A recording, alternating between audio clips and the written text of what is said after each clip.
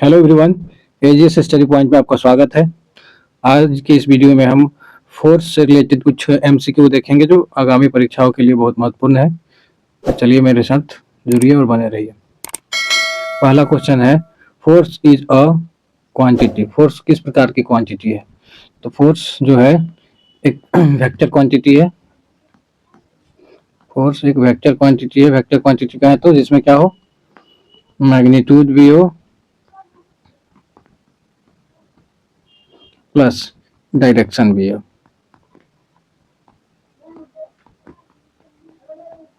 ठीक है, तो फोर्स कैसी क्वांटिटी है? तो वेक्टर क्वांटिटी है।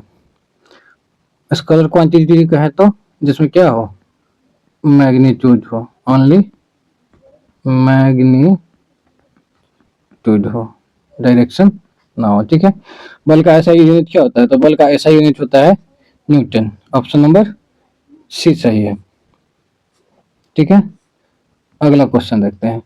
बल मापने के लिए कौन सा यंत्र प्रयोग किया जाता है? Which instrument is use to measure force? Spring balance है ना, इसका यूज करते हैं हम बल को मापने के लिए। बल फोर्स बराबर क्या होता है? तो फोर्स बराबर होता है मास इनटू एक्सीलरेशन। ठीक है, ऑप्शन नंबर ए सही है। चलिए पांचवा देखते हैं। एक न्यूटन बराबर क्या होता है? तो फोर्स का ऐसा यूनिट क्या होता है? न्यूटन। मतलब कि एक न्यूटन बराबर मास का किलोग्राम। तो एक किलोग्राम मल्टीप्लाई एक्सीलरेशन का क्या होता है? मीटर पर सेकेंड स्क्वायर। मतलब कि एक न्यूटन बराबर कितना हो जाएगा? एक केजी मीटर पर सेकेंड स्क्वायर। यानी कि ऑप्शन नंबर बी चाहिए। ठीक है, चलिए आगे बढ़ते हैं छठे क्वेश्चन पे। डाइन डाइन इकाई किस प्रणाली की है? तो डाइन किससे रिलेटेड है? सीजीएस सिस्टम से। किससे? सीजीएस। सीजीएस कहें तो सेंटीग्राम सेकेंड सिस्टम। ठीक है, जिसमें लंबाई का मात्रक क्या होता है? लंबाई का होता है सेंटीमीटर, लेंथ का होता है सेंटीमीटर, मास का क्या होता है? किलोग्राम होता है, सॉरी ग्राम होता है, और टाइम का क्या होता है? सेकेंड होता है। सीजीएस सिस्टम में लंबाई का मात्रक सेंटीमीटर होता है, द्रव्यमान का मात्रक ग्राम होता है, और टाइम का क्या होता है? सेकेंड होता है। ठीक है, सातवें प्रश्न में बढ़ते हैं। एक न्यूटन बराबर क्या होता है? तो सीजीएस सिस्टम में एक न्यूटन बराबर होता है 10⁵ टाइम dy/ne। ठीक है, यानी कि ऑप्शन नंबर डी सही है। दो सतहों के बीच गति का विरोध करने वाले बल को क्या कहते हैं? Force that opposes motion between two surfaces is called friction force. ठीक है, फ्रिक्शन फोर्स जो है वो मोशन को क्या करता है? मोशन को रेसिस्ट करता है। Friction force resist motion. ठीक है, चलिए आगे बढ़ते हैं नौवें प्रश्न पे। Gravitational force is a dash force. गुरुत्वीय बल एक डैश प्रकार का बल है। तो गुरुत्वीय बल क्या है? नॉन कॉन्टेक्ट फोर्स है। मतलब बिना टच के अप्लाई होने वाले फोर्स को क्या कहते हैं? बिना टच के अप्लाई होने वाले फोर्स को कहते हैं नॉन कॉन्टेक्ट। ठीक है, तो मैग्नेटिक भी क्या है? मैग्नेटिक फोर्स भी क्या है? नॉन कॉन्टेक्ट ही। मैग्नेटिक फोर्स भी आपका हो जाएगा नॉन कॉन्टेक्ट, हो जाएगा नॉन कॉन्टेक्ट। और फिर फ्रिक्शनल फोर्स, ये कॉन्टेक्ट फोर्स हुआ क्योंकि फ्रिक्शन बिना सचे नहीं लगेगा, कॉन्टेक्ट फोर्स है। ठीक है, चलिए आगे बढ़ते हैं 10 नंबर क्वेश्चन पे। The force acting per unit area is called. प्रति इकाई क्षेत्रफल पर कार्य करने वाले बल को क्या कहते हैं? प्रेशर कहते हैं। प्रेशर बराबर क्या होता है? प्रेशर बराबर होता है फोर्स बाई एरिया। ठीक है, फोर्स बाई एरिया। मतलब प्रेशर जो होता है वो फोर्स की क्या होता है? प्रोपोर्शनल होता है। मतलब और एरिया का क्या होता है? इनवर्सली प्रोपोर्शनल होता है। तो यदि फोर्स बढ़ रहा हो तो प्रेशर भी बढ़ेगा, और यदि एरिया बढ़ेगा तो प्रेशर घटेगा, एरिया घटेगा तो प्रेशर बढ़ेगा। ठीक है, अगला प्रश्न पे चलते हैं। 11 नंबर कह रहा है which law gives the quantitative definition of force. कौन सा नियम बल की मात्रात्मक परिभाषा देता है? तो मात्रात्मक परिभाषा किससे मिलता है? न्यूटन के सेकेंड लॉ ऑफ मोशन से मिलता है, F बराबर m इंटू ए, यानी कि ऑप्शन नंबर यहाँ पे बी सही हो जाएगा। ठीक है, चलिए आगे बढ़ते हैं 12वें क्वेश्चन पे। Every action has an equal and opposite reaction. यह कथन किसका है? गैलीलियो का, न्यूटन, केपलर, आइंस्टीन। तो ये आपका हो जाएगा न्यूटन का है। ये न्यूटन का थर्ड लॉ ऑफ मोशन से है। ये रिफर्स किसको करता है? Newton's third law of motion, third law of motion. ठीक है, जैसे कि हम नाव जब किनारे पर लगा रहता है तो उसको जितना जोर से पीछे धक्का देते हैं उतना ही आगे हम बढ़ते हैं। ठीक है, चलिए आगे बढ़ते हैं 13 number question. 13 number, when net external force equal to 0 the object, जब बाहरी बल 0 होगा तब वस्तु क्या रहेगी? तो वस्तु का स्थिति किस प्रकार से होगा ये हम बताना है।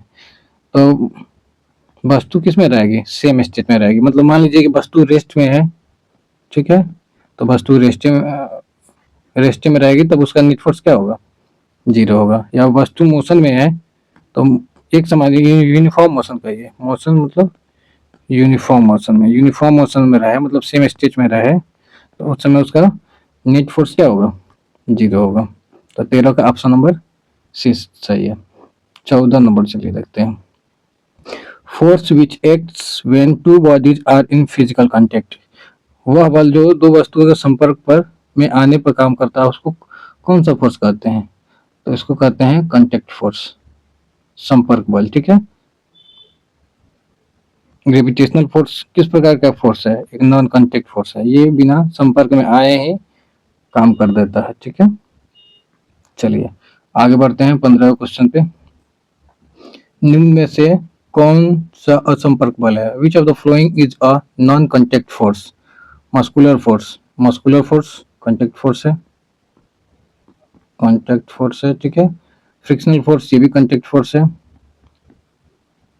ठीक है। मैग्नेटिक फोर्स ये नॉन कांटेक्ट फोर्स है, ठीक है। तो यहाँ पे हमारा ऑप्शन नंबर सी सही है। आगे बढ़ते हैं 16 नंबर क्वेश्चन पे। Which of the following is an example of muscular force? निम्न में से कौन मांसपेशीय बल का उदाहरण है? ठीक है, तो चलिए ऑप्शन दिया है आपको, kicking a ball, magnet attracting iron, apple falling, ठीक है, और बैलून रब्ड ऑन हेयर। ठीक है, तो किकिंग ऑफ ए फुटबॉल, इसमें शरीर आपका लग रहा है, तो ये कौन सा फोर्स हो जाएगा? मस्कुलर फोर्स हो जाएगा, मस्कुलर। ठीक है, मैग्नेट अट्रैक्टिंग आयरन, तो ये मैग्नेटिक हो जाएगा, मैग्नेटिक फोर्स। ठीक है, एप्पल का फॉल होना ये ग्रेविटेशनल फोर्स हो जाएगा।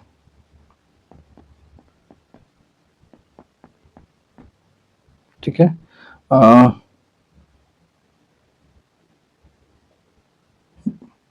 बैलून रब्ड ऑन हेयर, इसको कौन सा फोर्स कहेंगे? तो इसको कहेंगे वैद्युत बल,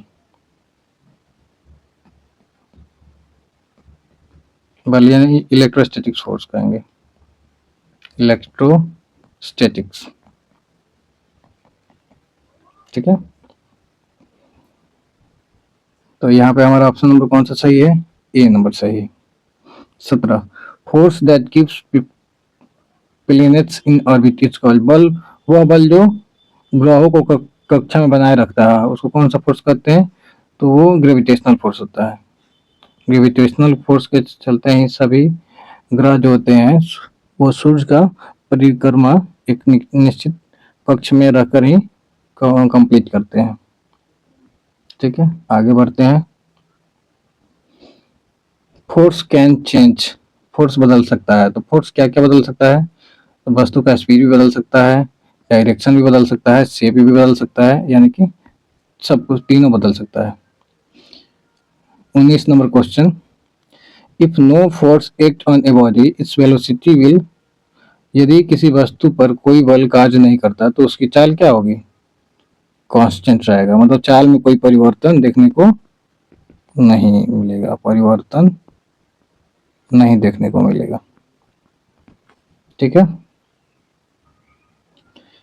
20 number, which of the following force act through a distance, निम्न में से कौन सा बल दूरी से ही कार्य कर देता है, मतलब कार्य करता है? द नॉर्मल फोर्स, ये कांटेक्ट फोर्स है, ये बिना सत्य नहीं होगा। ठीक है। फ्रिक्शनल फोर्स, ये भी कांटेक्ट फोर्स है। मैग्नेटिक, हाँ, ये दूर से ही एक दूसरे को क्या कर लेता है, अट्रैक्ट कर लेता है। ठीक है। तो मैग्नेटिक फोर्स दूर से ही काम कर लेगा। ठीक है। तो आशा करते हैं कि आपको ये वीडियो अच्छा लगा होगा। ठीक है। ऐसे ही वीडियो को देखने के लिए मेरे चैनल को लाइक करें, शेयर करें, सब्सक्राइब करें। धन्यवाद।